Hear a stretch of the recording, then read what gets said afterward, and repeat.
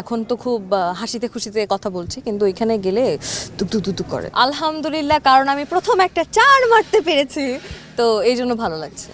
10 বছর পরে মনে হয়, এর আগে তো খেলার স্মৃতি মনে নাই, তো মনে হয় এর জন্য এক্সাইটমেন্টটা ভালো লাগছে। ঠিক আছে, 4টা যে হয়েছে ওইটাও তো দেখা যায় না, বাউন্ডারি এত বড়, মানে ক্রিকেট মানে প্রফেশনাল ক্রিকেট ম্যাচ যেভাবে হয় ওই বাউন্ডারিতে, তো আমাদেরকেই বাইরে থেকে লিলিপুটের মতো এতটুকু দেখা যায়। তো আমি 6 মারলে তো দেখতে পারবো না কোথায় বল গেল।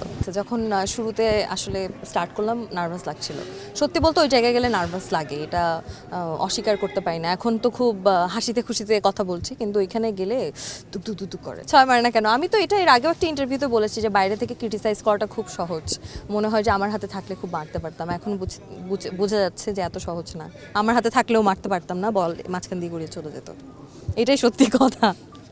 ব্যাংকিং এর যে কোনো প্রয়োজনে কল করুন আল আরাফা ইসলামী ব্যাংকের 1643 নম্বরে।